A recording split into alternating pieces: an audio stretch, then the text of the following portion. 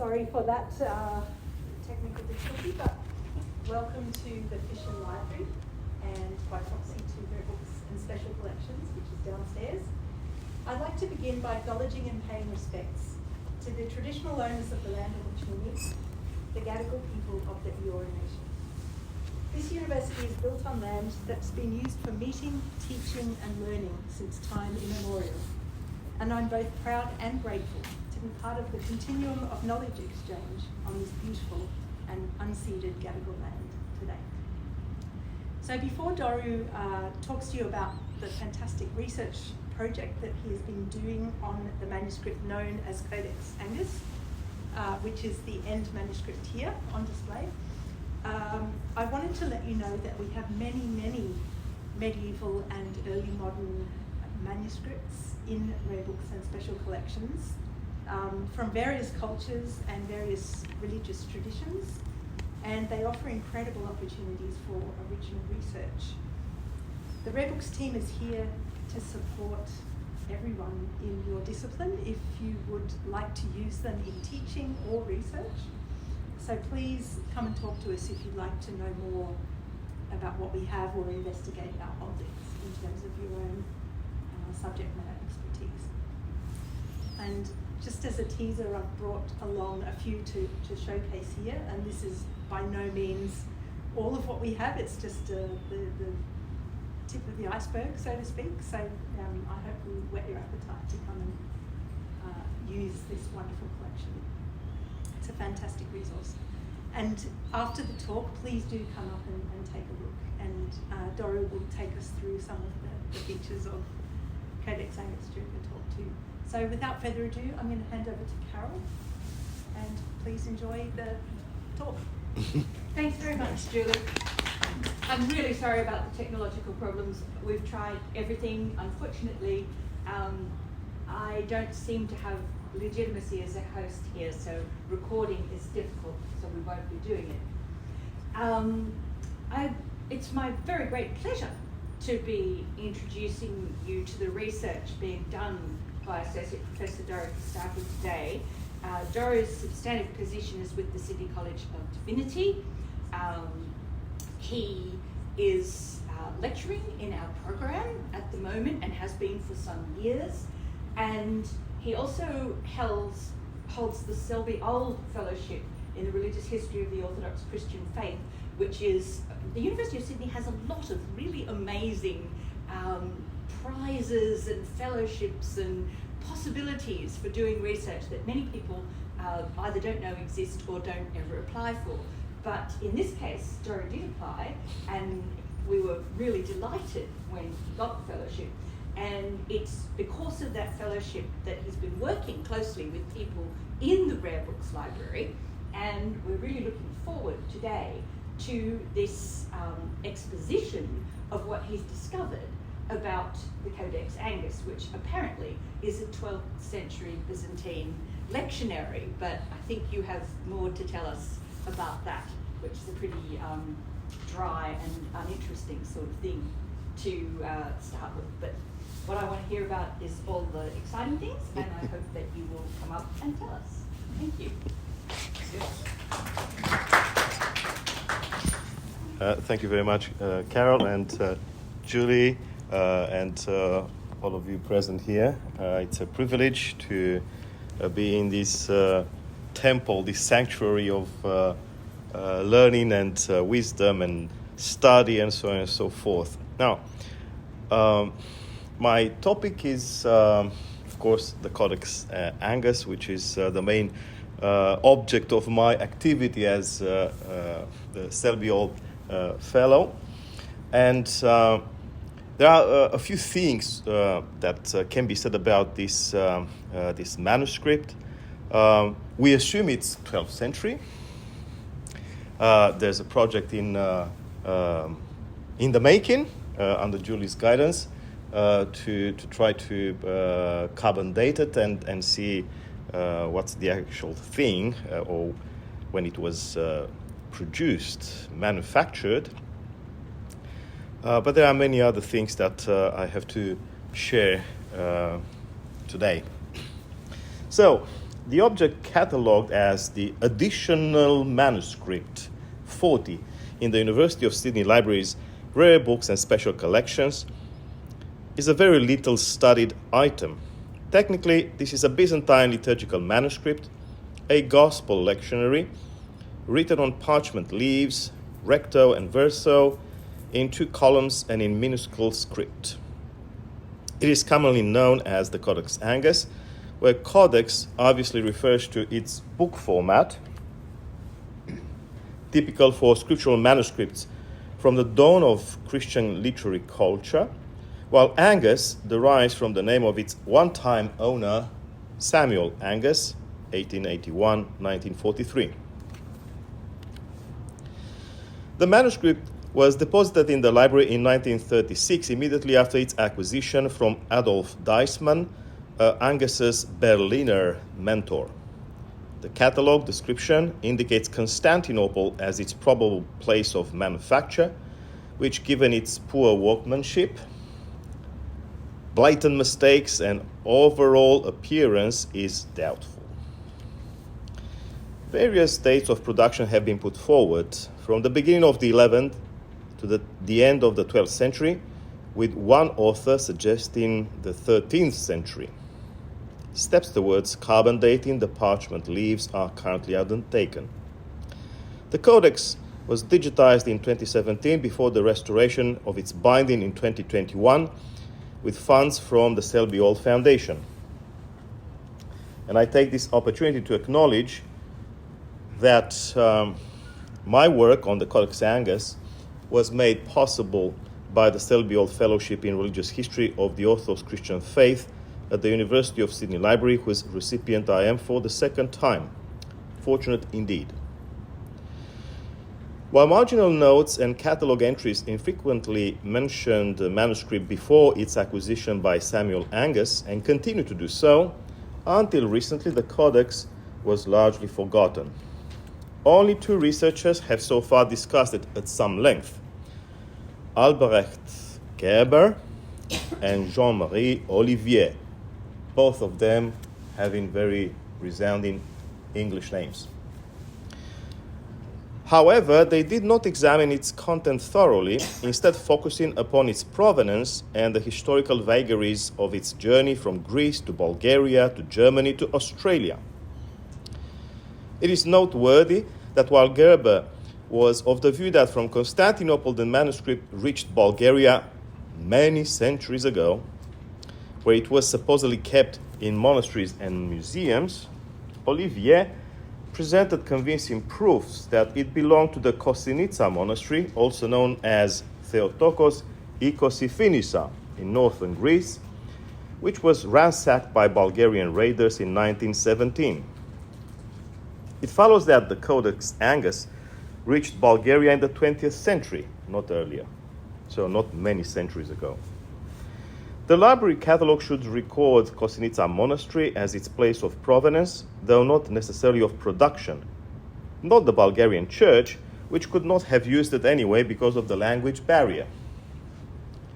It will soon become obvious that the fact of being used is of the essence for my argument.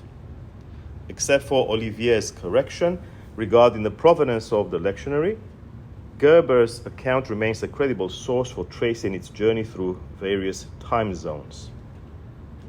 More relevant to my purposes are the references of Olivier and Gerber to the manuscript's content, which I summarize presently. Olivier's article has precious little to say in this regard, and the information it supplies is not entirely free of error. According to the author, this Byzantine Codex would be a New Testament lectionary that contains readings for the days of the week between Easter and Pentecost and Saturdays and Sundays of the other weeks. In reality, it is a gospel lectionary, not New Testament, that does not include other New Testament pericopes and has almost all of the usual readings for the Easter to Pentecost season, including 4 weekends, not only weekdays. Olivier is correct when he points out that the Codex Angus has the weekend readings for the rest of the year, or more technically, the other two liturgical seasons of the Byzantine Rite. And you see there, weeks after Pentecost, that's the lengthiest season of the Byzantine liturgical year, going for 36 weeks. Then the Lent season, including Holy Week.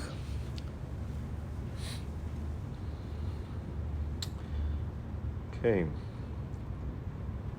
I have to point out, however, that for the Holy Week, it includes readings for each day, not only Saturday and Sunday. But then the manuscript contains two more categories of passages which Olivier does not mention, that is, for the festivals of the saints of the 12 months, from September to August. That's the structure of the liturgical year in the Byzantine tradition, inherited from the Romans. Yeah, the year begins with September, ends in August, at the end of August, for taxation purposes. So that was the fiscal year, the financial year would begin in September. Okay. As well as the 11 gospel readings for Sunday Matins. So these are different cycles, and for example, for every Sunday Matins through the year, there's a passage that deals with the resurrection of Jesus. There are only 11 such passages. Why? Because at the time of the resurrection, there were only 11 apostles. Yeah, so symbolic reasons. In turn, Gerber's article includes a longer description of the manuscript, to which I take exception in part. This description refers to the codex's wooden cover, measurements, scribal competence, and overall appearance of the parchment folios, especially its lack of illuminations. That's the best you can get in the manuscript, what you see on the slide there. It's the same image. To the right, it's the actual appearance of the codex, and I sort of tried to make it bright on the left so that you can read something, and you can read Ektu Kata Ioannin Agion. That's the title from Holy whatever John. Yeah. Anyway.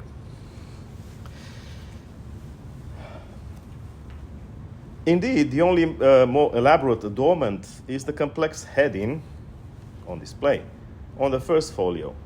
Several of Gerber's assertions are problematic, and in what follows I dispute mainly one of them. Before that, however, another two of his points are worth addressing for the purposes of forming a more accurate idea of the codex. Thus, following the penciled page numbers, Gerber gives the total of 122 parchment leaves. This count is not valid, unfortunately.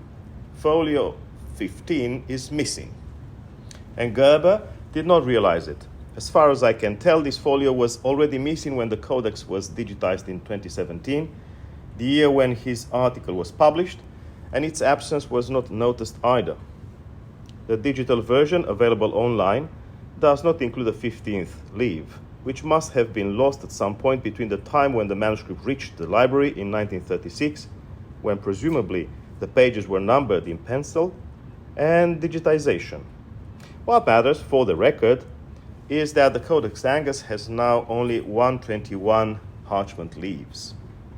The other matter of interest is Gerber's point that after the Easter to Pentecost section, the lectionary contains readings for each week, Sunday of the year. That's a quotation. Each week or each Sunday of the year. We have seen above that, in fact, passages are prescribed for Saturdays too.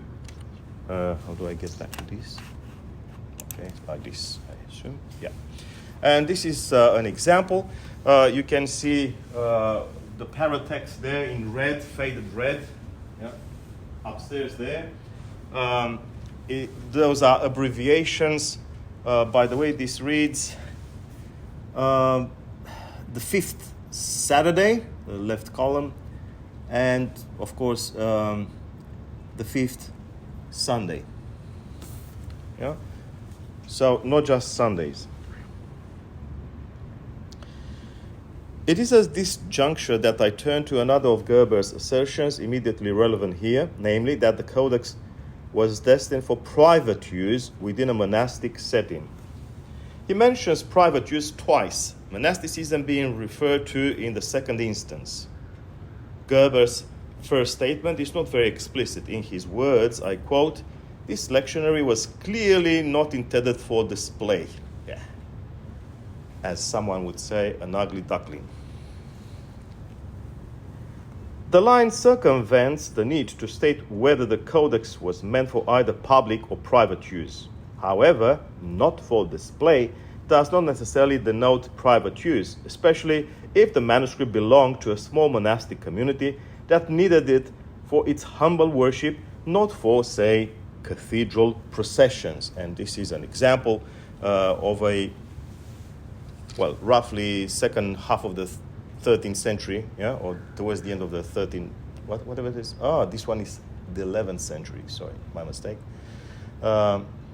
It's a gospel lectionary, obviously for display, rich illuminations and so on and so forth.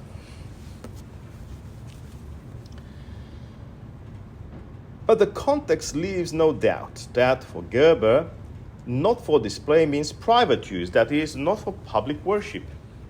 This becomes obvious several paragraphs later when he returns to this conclusion, adding the following, I quote, "The original purpose of this lectionary was primarily for personal, that is to say, devotional use as a kind of work copy for cenobitic monks or even consecrated anchorites," end of quote. Here, the idea of private or personal use comes to the fore through the reference to the praxis of monastic contemplation of sacred texts. Three reasons led Gerber to the conclusion that the Codex Angus was not meant for public worship.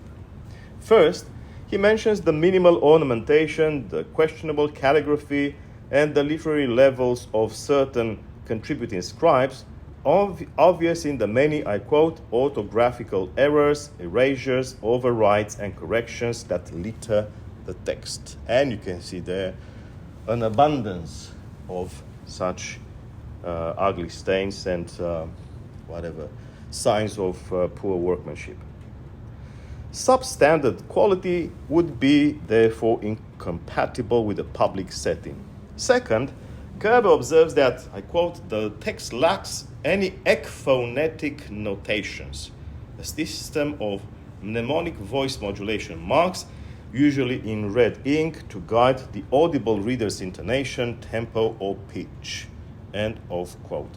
What you see there is a sample from Betancourt's book, Performing the Gospels in Byzantium.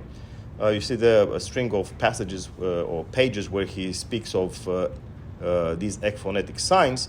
That's a text, should be John 10, Ipen o Kyrios, KS, the Lord said, "Ego imi ithira," I am the gate.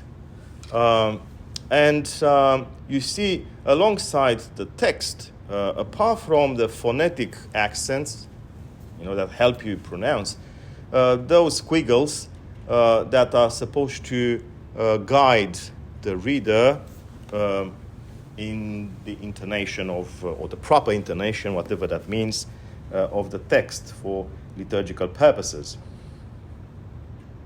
So in saying this, Gerber relies on the 2009 unpublished doctoral dissertation of Christopher Jordan on Byzantine lectionaries, taking for granted the quantitative argument the author put forward there. In summary, this argument proposes that since many liturgical lectionaries of the Middle Byzantine era contain ekphonetic notation, denoting their use for public worship, the manuscripts that do not present this feature were meant for private use. Third, to support the idea of private or devotional usage, Gerber refers to an 11th century list of manuscripts compiled by Mihail Ataliatis, which makes mention of one such work copy. So one example. This external proof is not conclusive. It does not receive the quantitative support evoked for the issue of ekphonetic notation. That said, Even if someone would amass evidence to that effect, the internal evidence discussed below tells a different story. Either way, Gerber himself does not delve on this topic, shifting his attention to a related point that, I quote, exactly when, where, and for what type of monastery the Codex Angus was initially produced remains undetermined. End of quote. While this point has no bearing on the matter of whether the manuscript was used privately or publicly, it amounts to a reasonable view about the issue of manufacture. To the point now. It is Gerber's view that the Codex Angus was meant for private use, monastic or otherwise, that I challenge here. What I'm proposing instead is that it was used for public worship. In order to substantiate this view, I consider a number of factors to which I turn in what follows. I begin with the technical issue of ekphonetic notation. As he must have looked for the familiar red-inked squiggles the Byzantines used for marking intonation, obvious in many manuscripts catalogued by Jordan in his dissertation, and recently, I should add, in Roland Betancourt's monograph Performing the Gospels in Byzantium, Gerber could not find any. Nevertheless, upon examining the Codex Angus attentively, I was able to identify not an insignificant amount of such signs. Usually these appear under the guise of grammatically unnecessary 2 dots instead of the usual 3. If you noticed in the previous slide, there were some dots there alongside the squiggles. So unnecessary 2 dots next to phonetic accents being infrequently added to the text in black, not red ink. These notations might not be as many, as consistent, and as obvious as elsewhere, but they are present. And here are some examples. I don't know, maybe you can see something. Let's go to something that is more obvious. The left side, like just beneath the middle of the left column, there's a double sign, which is one of those ekphonetic marks. There's plenty of extra signs there. If you go to the same left column, the third line, too many signs, they aren't phonetic. Some of them mark, it's true, they mark contractions, but not all of them. And the same if you go to on the same left slide, its right column, you see 2 signs again on top of the first line. Then the next slide, right column, the right upper corner, you see those 2 lines, slashes. That's ekphonetic symbology. Yep, it's not red, but it's there. It's not used consistently, but it's there. My assumption is, at this stage, given the haphazard state of the ekphonetic signs in the Codex, that the authors just, sort of sprinkled some to look like a usual, the regular manuscript. They didn't know what they were doing, actually, in many cases, including the text. So they can be found, for example, on folio 4 recto, where there is an excess of signs, in addition to phonetic accents, especially on the upper half of the page. The same goes for the first lines of folios 4 verso, 5 recto, 19 verso, 29 recto, 31 verso, 34 verso, etc. So this string is just a way of saying that Gerber missed all that. Well, it took me a year and a bit to get to the bottom of that. One might wonder what is the significance of this inconsistent, if not outright erroneous, deployment of ekphonetic notation, together with the use of black ink instead of red. The explanation is in fact simple and relates to Gerber's own point, with which I concur, that this manuscript was poorly executed. But is this inferior quality an irrefutable proof that the Codex Angus was meant for private use? The presence of ekphonetic signs, even in a small measure, shows that this is not the case. And we shall soon see imperfect workmanship does not necessarily signify destination for private use. Gerber ignored the fact that the manuscript's many peculiarities, foremost its inferior manufacture, could denote yet another possibility. In the Middle Ages, parchment continued to be an expensive material, especially when it was of high quality, and even unskillfully written books added to the price of the final product.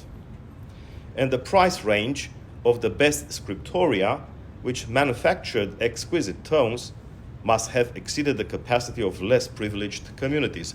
And you'll be seeing on display among those manuscripts, exquisite stuff that is so expensive.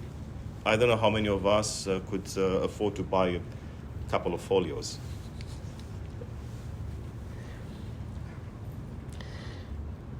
This should not come as a surprise as, from the beginning of history to date, luxury items, including of a religious nature, are available only to the affluent. But this is not the case here. The Codex Angus cannot be said to present any of the known features of a luxury item destined for cathedral worship, such as stylized lettering, illuminations, and ekphonetic notations. In addition, it was written by several scribes who may have worked concomitantly and then collated their respective folios together, in places having to squeeze the text so that continuity was secured. This is the case, for example, with the passage from folio 27 recto to 28 recto. 27 recto, verso 28 recto. Yeah? You can see different hands writing just 3 pages. So this was done by, I think, a bunch of maybe monks, who would work together to just produce it there, to make the object and sell it and get some money for the winter, whatever. The same goes for folio 91 recto and verso, and so on. It is the overall aspect of the lectionary that led me to a different conclusion from Gerber's. In short, the lack of parchment quality, the minimal adornment, the limited choice of colors used by the scribes, no red for the squiggles, and the many hands that wrote the text seem to indicate as the manuscript's original owner a small community, either monastic or parochial, that could not acquire a good quality item.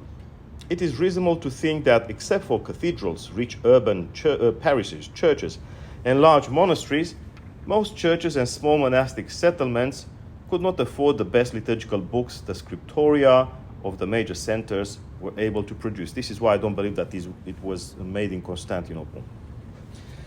I must now turn to the matter of the manuscript's usage. As a gospel lectionary, thus amounting to a selection of passages, the Codex Angus could not have been meant for private use. Readers of the scriptures, including for the purposes of monastic prayerful reflection, would seek manuscripts of the New Testament, not lectionaries that provide a very limited array of passages. After examining a great many manuscripts, Gerber's source, Jordan, arrived at the same conclusion. In his words, I quote, "It seems that gospel lectionaries are liturgical codices designed for public recitation rather than private reading." Betancourt, likewise, emphasizes that for the Byzantines, reading the scriptures was foremost a public liturgical act. As the Codex Angus is a lectionary, not a New Testament manuscript, it was from the outset destined for public worship, not for private reflection. Abundant internal evidence supports this assessment.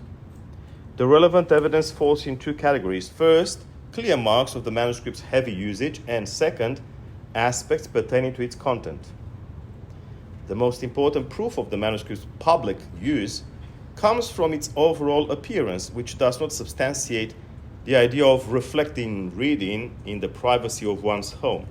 The evidence of public use is overwhelming.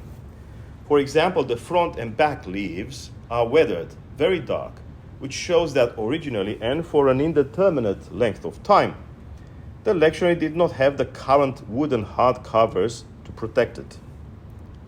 As a result, throughout the manuscript can be found many stains left by a variety of liquids, such as wine accidentally poured upon it during Eucharistic celebrations, but also water, possibly on the occasion of baptismal offices and the blessing of the waters, as well as oil. Interestingly, folio 116 appears to have been sprinkled with scented oil to the extent that when one opens it, a pleasant aroma can be sensed. But you need to get very close. But it's the only page where you can get that. And perhaps we can do that. Other stains are caused by melted wax from candles, consistent with a rush of reading within a much longer service. All these stains, they show, the rush of things. When a service goes for 3, 4, 5 hours, welcome to the Orthodox Church. Then of course you sort of try to kick the bucket, and do something, to make things move, including by reading the gospel quickly. And sometimes you have to turn the page, and sometimes you do that too quickly.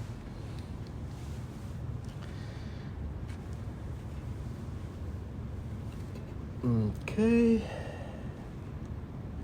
More often than anything else, there are stains left by greasy fingers and unwashed hands, as expected on the lower outer corners of the pages. You can see a few examples there, both recto and verso, as well as on the median outer side of the leaves. The one on the right, you can see, someone with whatever dirty hands got it from the middle. Also, the fact that of not using anything like the Jewish Torah pointers, the so-called yad, therefore the use of one's own fingers to follow. Therefore, they use one's own fingers to follow the text led to the script vanishing in many places. Sometimes the fading text can still be read. But where repeated pressure led to its disappearance, later scribes added the missing text in their own writing.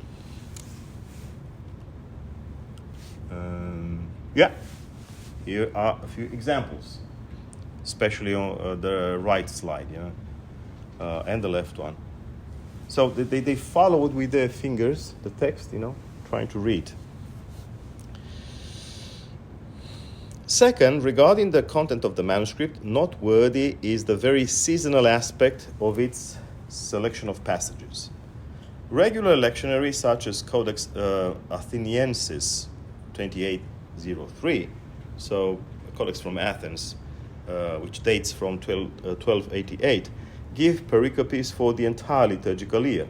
In turn, the Codex Angus gives an unusually short selection of passages, especially for the largest section of the year, that is the 36 weeks after Pentecost, from folio 25 recto to folio 52 verso. In total, there are only 28 leaves for this largest section of the year, compared to the 8 weeks of the Paschal season, which are allocated a total of 24.5 leaves, from folio 1 recto to 25 recto, and the 7 weeks of the Lenten season, which occupies 40 leaves.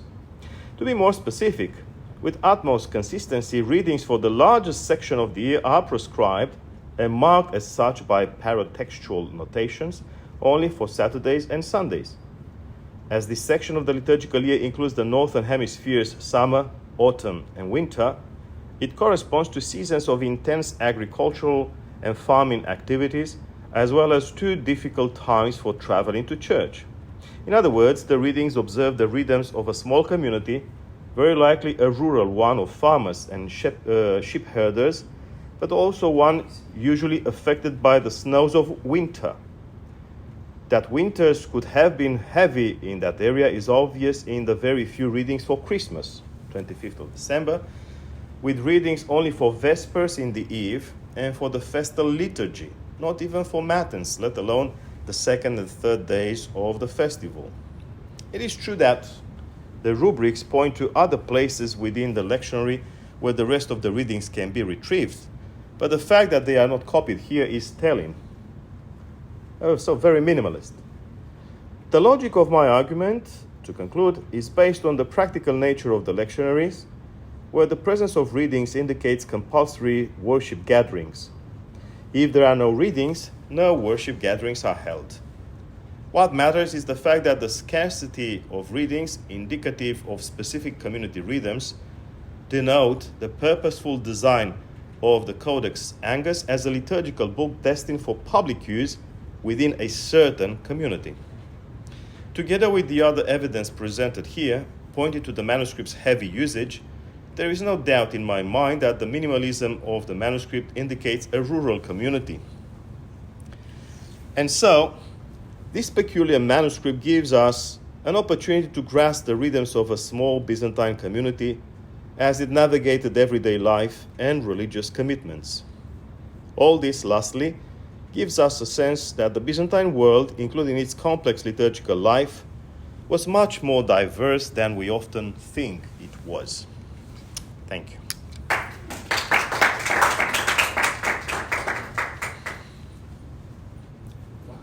Max?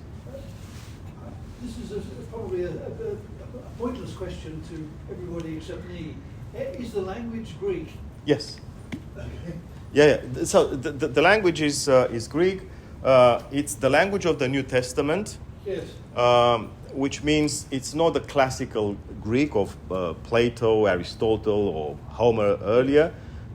It's the Alexandrian dialect, which was prevalent around the Mediterranean, of course, from the time of Alexander the Great onwards, and for centuries. That was the trade language, the language of merchants. Everyone would speak that rather than Latin.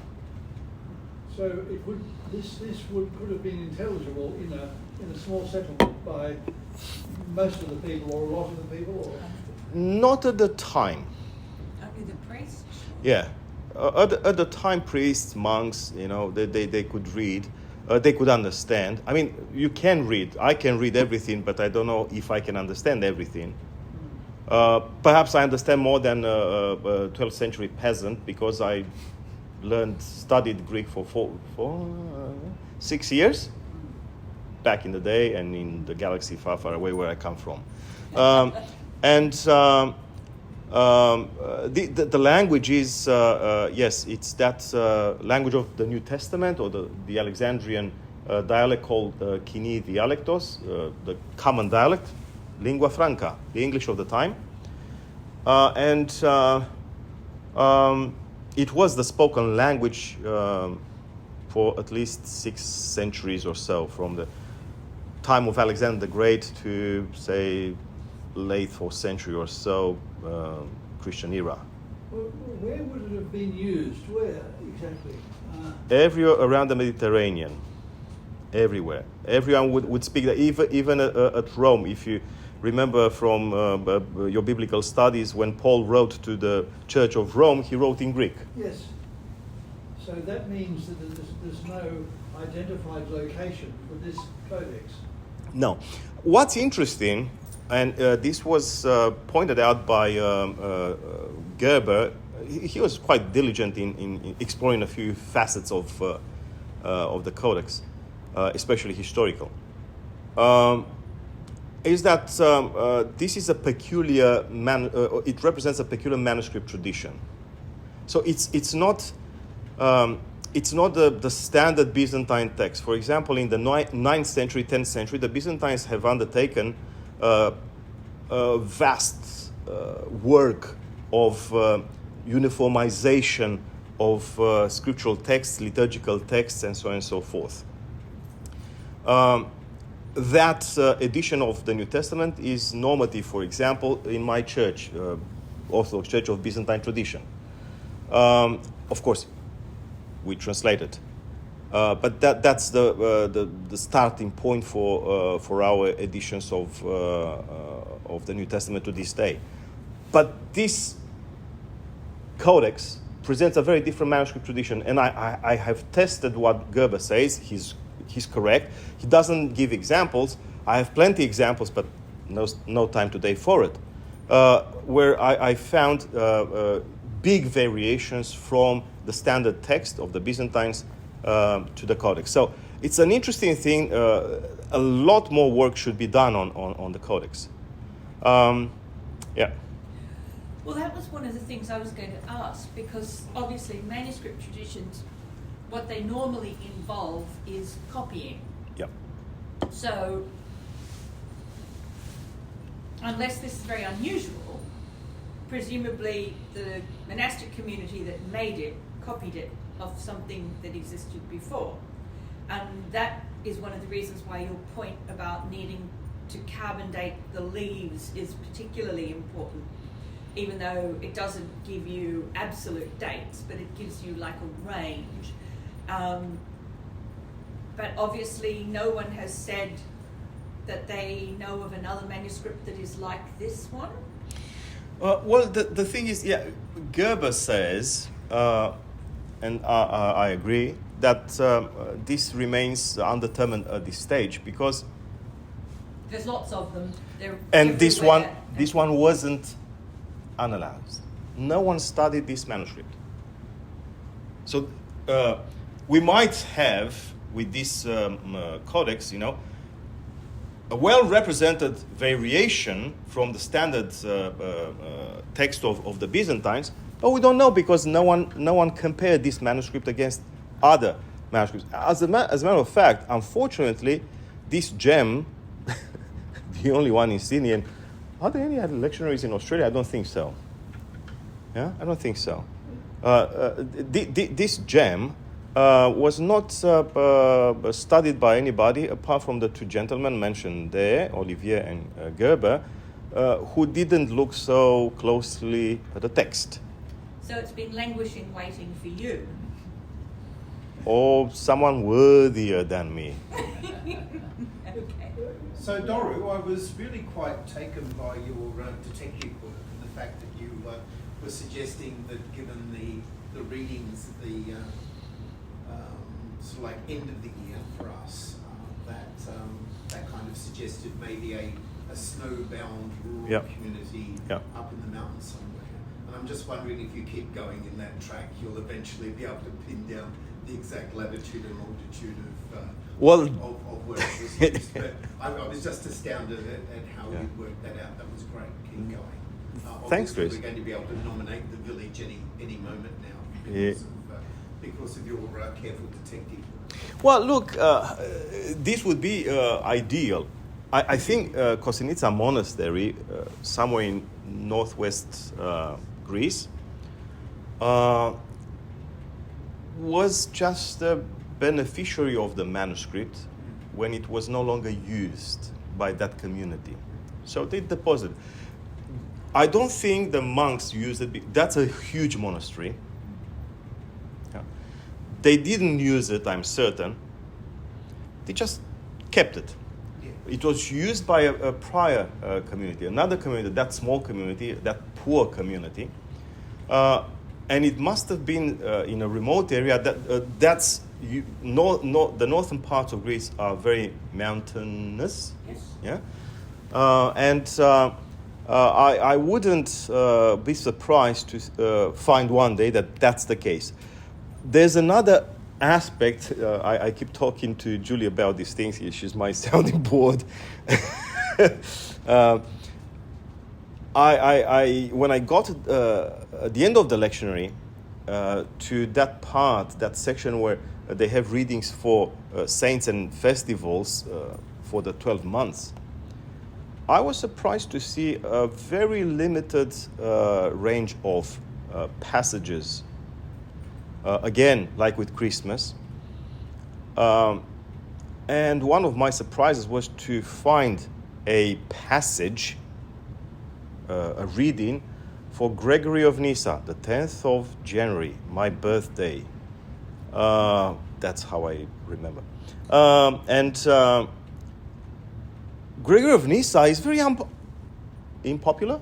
Popular, thank you.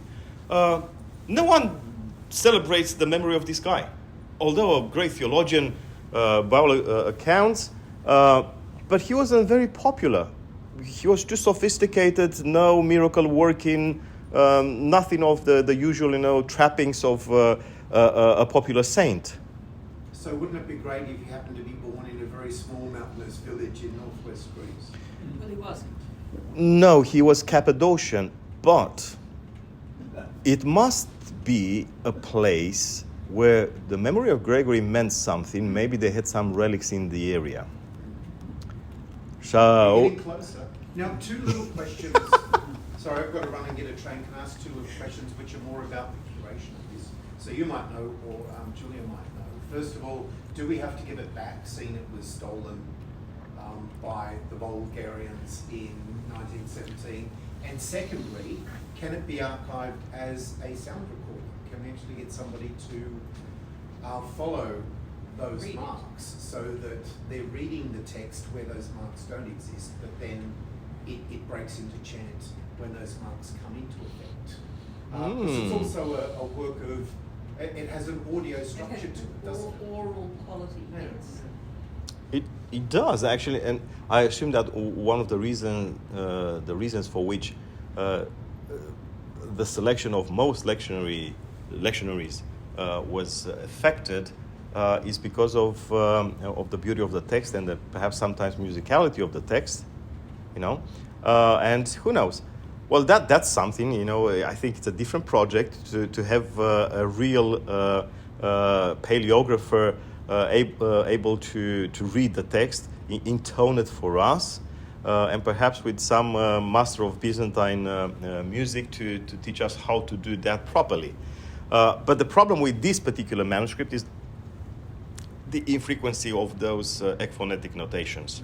So that will be problematic, but there are other manuscripts that... An audio kind of manifestation of this would tell you a little bit more. Why are those marks in those particular places? Perhaps. That's a very interesting idea. Anyway. Thank you. My other question is about whether there's also two things you have to think about: the community that uses it and the community that produced it, and they're not the same people. I don't think so, yeah. The community that used it is a lay community under a priest, and the community that produced it must have been a monastery. So then I wonder if you look at your region that you're thinking is possibly likely and look for small underfunded monasteries that might produce such manuscripts rather than glamorous, beautiful manuscripts that big, rich monasteries can produce. Of course, this is perhaps the next stage, and perhaps we can identify at least a likely scriptorium that function there. And this is why carbon dating is so important, because these things pop up and disappear, and it's important at least to know with some certainty at least Which the centuries century. you're looking Yeah. for, yes.